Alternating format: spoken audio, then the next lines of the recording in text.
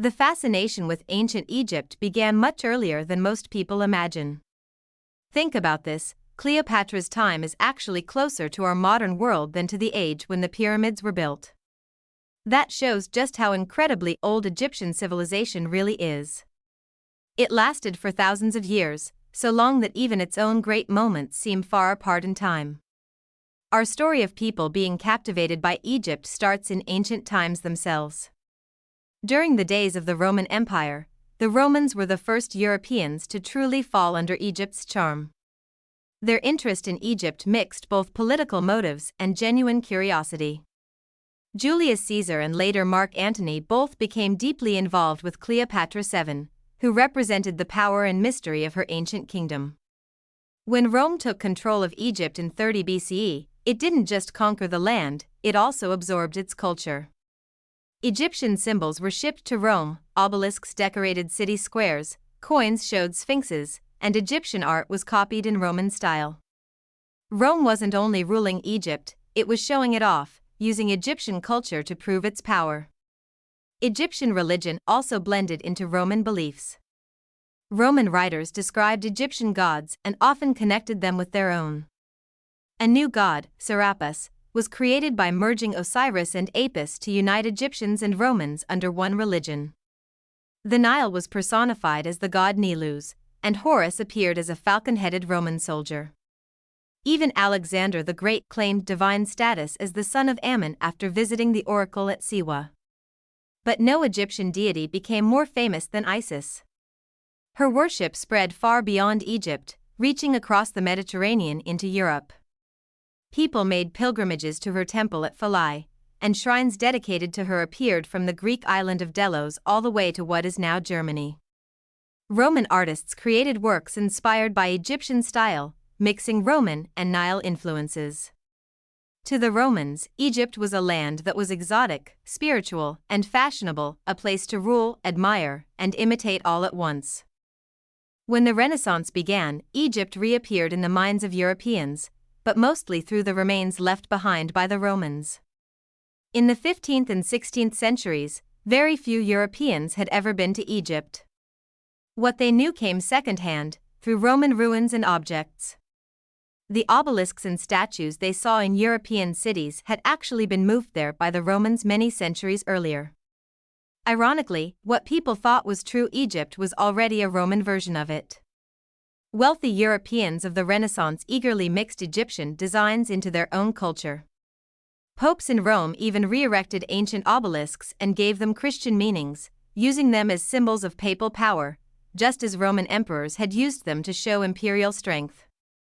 At that time, no one could yet read hieroglyphs, so they were seen as mysterious symbols hiding secret wisdom. Scholars even created fake hieroglyphic alphabets that only looked Egyptian but actually represented European philosophical ideas. This helped fuel Europe's growing interest in secret knowledge and magic. Alchemists and mystics believed that Egypt held the world's deepest truths. The so-called Hermetic tradition, which claimed to come from the ancient sage Hermes Trismegistus, was thought to have Egyptian roots. Egypt, in their imagination, became less of a real country and more like a mythical library filled with ancient secrets waiting to be discovered. During the Enlightenment, Egypt's image changed again. It was no longer just mysterious, it was admired as the birthplace of science, law, and wisdom. Thinkers praised Egypt as the foundation of civilization itself. Wealthy travelers on Europe's grand tour didn't need to go all the way to Africa to experience it. They could see Egyptian monuments in Rome, read travelers' tales, and view Egypt-inspired art in libraries and galleries. By then, Egypt had become not just a faraway place but an idea, a symbol of ancient knowledge and human progress that lived on in Europe's imagination.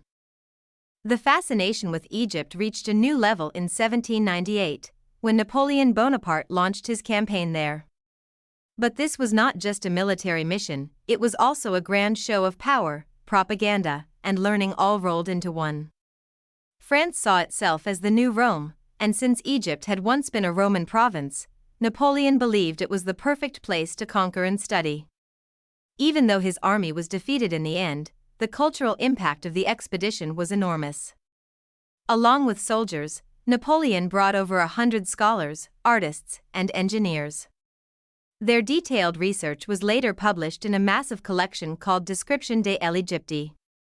It documented everything, from temples and monuments to plants, animals, and daily life, and when released, it amazed all of Europe. For the first time, Egypt wasn't just a legend, it was carefully mapped, drawn, and described. Then came one of the most important discoveries in history, the Rosetta Stone, found by French soldiers in 1799.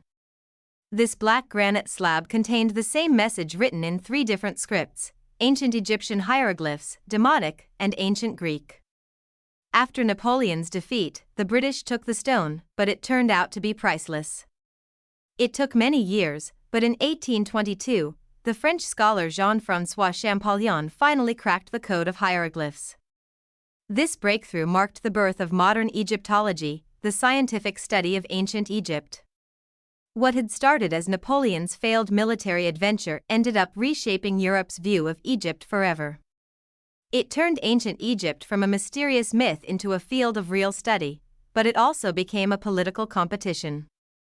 Britain and France soon fought not only for knowledge, but also for power over Egypt. By 1882, Britain had turned Egypt into a veiled protectorate, a polite term for colonial control.